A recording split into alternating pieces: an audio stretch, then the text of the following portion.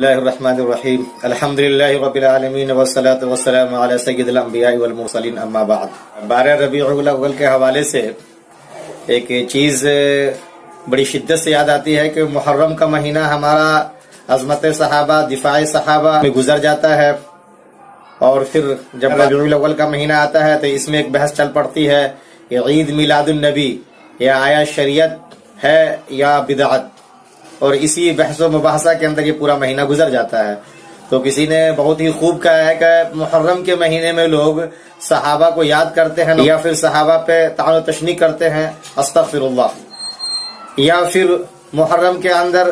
یہ کام کرنے کے بعد ربیع الاول کے مہینے میں جو آتے ہیں یہ تو یہ دیکھتے ہیں کہ میلاد کی شرعی حیثیت آیا بدعت ہے یا سنت یا شریعت۔ ان سب میں الجھ کر کے کسی کو بھی آقا صلی اللہ علیہ وسلم کے اصل جو احکامات اور ان کی ہدایات ہے اس کو دیکھنے کی فرصت نہیں ملتی، اور اللہ تبارک و تعالیٰ کو یاد کرنا ان کے لیے تو بہت دور کی بات بن جاتی ہے۔ جس نے بھی یہ تبصرہ کیا ہے اگر 100% ان سے اتفاق نہ کیا جائے تو کچھ نہ کچھ تو بہرحال ان کی باتوں میں ہمیں حقیقت ماننی ہی ہوگی۔ اب عید میلاد النبی کے حوالے سے جو باتیں آئی ہیں کہ اس کی تاریخی حقیقت اور اس کی نوعیت کیا ہے،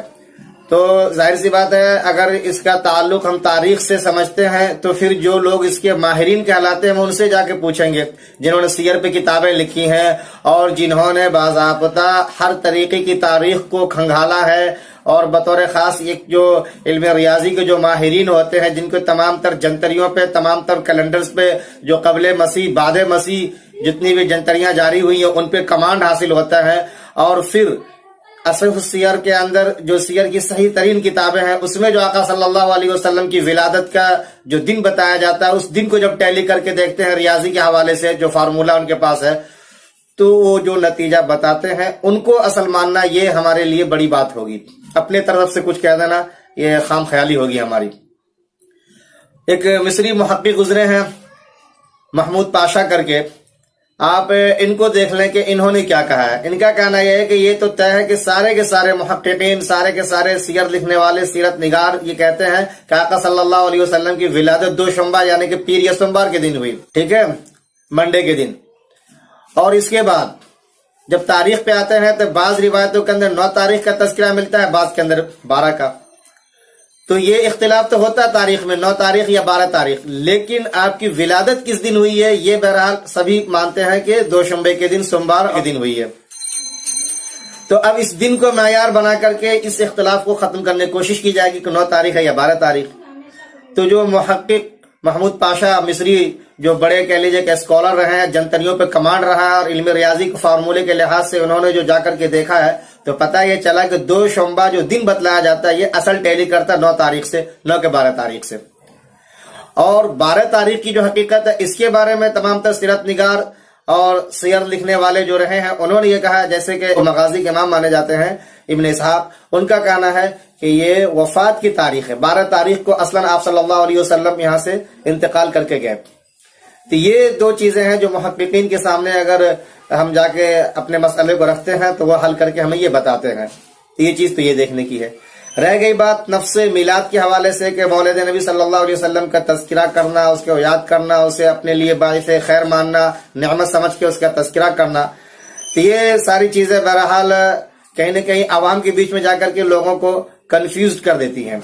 وہ تذبذب میں ڈال دیتی ہے کہ بھائی کہنے والے تو صحیح کہہ رہا ہے۔ جو لوگ اس کو اپنے طور سے زور دلائل کے ساتھ بدعت ثابت کرتے ہیں، ان کے پاس دلائل ہوتے ہیں، تو پھر انسان کہتا کہ یہ تو بدعت ہے۔ تو ایک ہی چیز عین سنت اور شریعت تو وہی چیز جا کر کے بدعت بن جائے، سیئہ بن جائے، یہ کیسے سمجھ میں آ سکتا ہے انسان کو؟ تو یہی کنفیوز کر دیتی ہیں۔ اصلاً یہ ہو رہا ہے ہماری ہندوستان کے اندر، جس ملک میں ہم اور آپ رہ رہے ہیں باضابطہ، اس ملک کا المیہ یہ ہے کہ یہاں پہ اس حوالے سے 2 دھڑے ہو گئے، ایک بریلوی دھڑا اور ایک دیوبندی۔ دیوبندی حضرات کا کہنا یہ ہے کہ آپ جو اس کا پورا اہتمام کرتے ہیں، اور اہتمام کی سب سے بڑی دلیل یہ کہ جشن کی صورت دیتے ہیں، جو اس میں شریک نہیں ہوتا اس کو آپ گنہگار کہتے ہیں، اس کو گستاخ کہتے ہیں، اور اس کو آپ باضابطہ عید کا نام دیتے ہیں۔ تو ہمیں یہ بتائیے کہ آقا صلی اللہ علیہ وسلم نے کیا ہمیں 2 عید کے علاوہ بھی کوئی تیسری عید دی ہے؟ یہ سوال کرتے ہیں وہ۔ ان کا کہنا ہوتا ہے کہ نہیں، ہم اس کو عید سمجھ کر کے نہیں مناتے، بلکہ عید کی 2 قسمیں، عید شرعی اور عید فطری۔ شرعی تو وہ ہے جو عید الاضحیٰ یوم اور عید الفطر ہے ہمارا، لیکن عید فطری جو ہے، فطری خوشی، یا آپ 26 جنوری کو، 15 اگست کو بچوں کی پیدائش پہ، اور بھی جو آپ کے اپنی اپنی تقریبات ہوتی ہے، 7 سالہ آپ ادارے کا جشن مناتے ہیں اور بھی کچھ کرتے ہیں، اسی طریقے سے یہ بھی ہے۔ تو ہم جس چیز کو کہہ کر کے بدعت کہہ رہے ہوتے ہیں، میرا مطالعہ یہ بتاتا ہے کہیں نہ کہیں وہ اس سے ایگری کرتے کہ جی میں عید شریع کہاں سے مان رہا ہوں، اور پھر وہ کہتے ہیں کہ آپ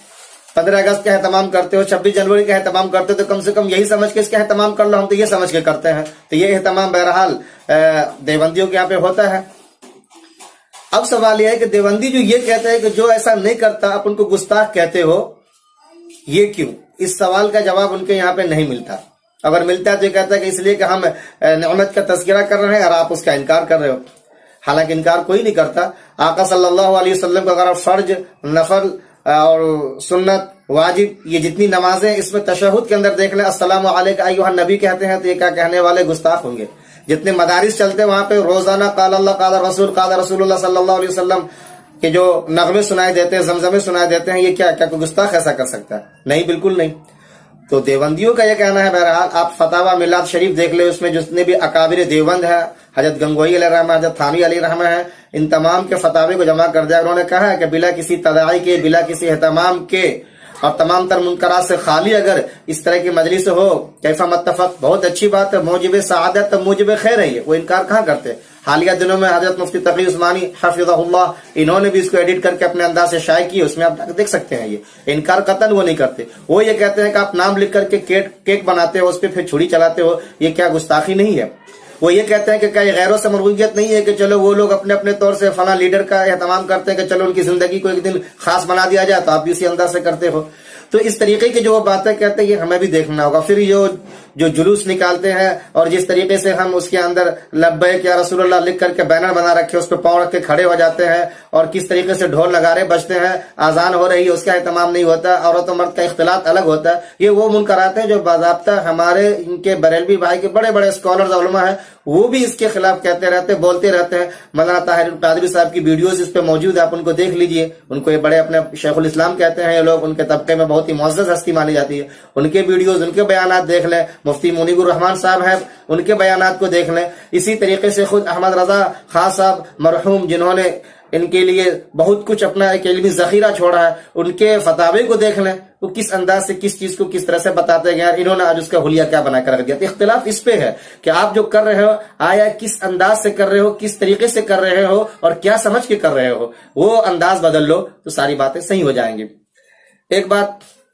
یہ بھی پوچھ رہے ہیں کہ بدعت کیا فارمولہ ہے۔ بدعت کو لے کے ہم دیکھتے ہیں کہ دیوبندی حضرات کچھ اور کہتے ہیں اور مسلک کے بریلوی کے حضرات کچھ اور کہتے ہیں۔ دیکھیے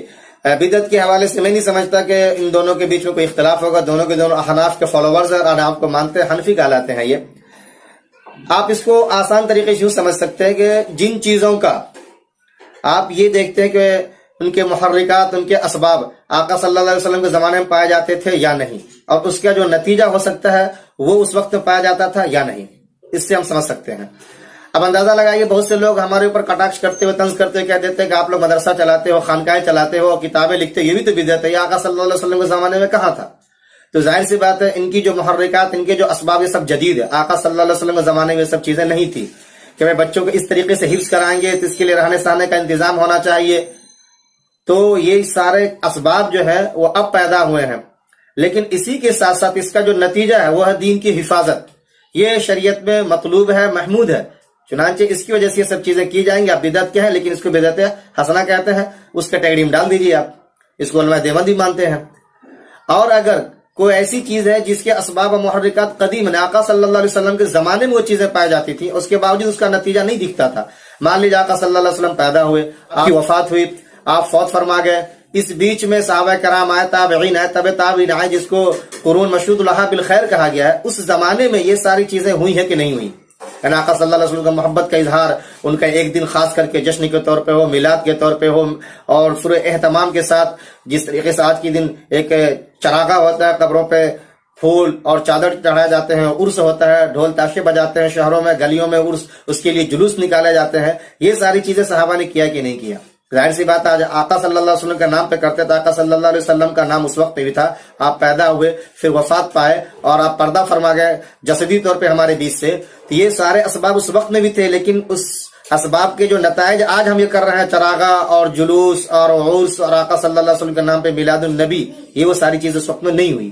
تو جب اس وقت میں نہیں ہوئی تو آج ہم کیوں کریں گے اس کو؟ سوال یہ بھی، کیونکہ وہ کر کے دیتے تو ہمارے لیے یہ ایک نمونہ ہوتا، لیکن انہوں نے نہیں کیا تو اس کو بدعت کہا جائے گا، بدعت سیئہ. لیکن وہ چیزیں جن کے اسباب بھی اس وقت میں نہیں تھے، بعد پیدا ہو، جیسے کہ بھائی ہمیں بچوں کو حفظ کرانا، ان کو رکھنا ہے، غریب بچے کہاں جائیں گے؟ یہ سارے اس کے لیے جو اسباب ہوں گے وہ اسباب آج پیدا ہو رہے ہیں. اس وقت صحابہ کرام جا کر کے آقا صلی اللہ علیہ وسلم سے ڈائریکٹ سیکھ لیا کرتے تھے دین کو، اور قرآن کو مسجد نبی کے اندر صفہ ان کے لیے قائم کر دیا گیا تو کافی تھا. لیکن آج ان کا اہتمام کرنا پڑے گا ہمیں، اور اس کا نتیجہ ہے کہ دین کی حفاظت مقصود ہے اس سے. تو دین کی حفاظت یہ معمور بھی ہے، اور اس کے اسباب آج پیدا ہوئے ہیں. تو اس لیے یہ کام کر سکتے ہیں آپ، اور کرنے کے پیچھے آپ کا اصل مقصد یہ کہ دین کی اندر اس کی ہدایت آئی ہے، اس کا حکم آیا ہے، اور یہ امر شریعہ ہے اور یہ مطلوب ہے ہمارے لیے. لیکن میلاد کے حوالے سے ایسا کچھ نہیں ہے کہ آقا صلی اللہ علیہ وسلم کے زمانے میں یہ سب چیزیں ہوئی ہو اور اس کی کچھ نہ کچھ شکل تھی، آج اس کو ترقی دے کر ہم یہ شکل دے دیں. تو یہ بنیادی باتیں ہیں، فرق ہیں، ان کو ذرا سا سامنے میں رکھیں. آپ اس سے ایگری کرتے ہیں، آپ کو یہ علمی فکری تحقیقی باتیں دل کو عقل کو اپیل کرتی ہیں، تو آپ ان کو عام بھی کریں. اس چینل کے جو مواد ہیں ان کو بھی عام کریں، ان کو بھی شیئر کریں، اس کو سبسکرائب بھی کر لیں جن ساتھیوں نے اب تک سبسکرائب نہیں کیا ہے. جزاک اللہ خیر، شکرا جزیلا.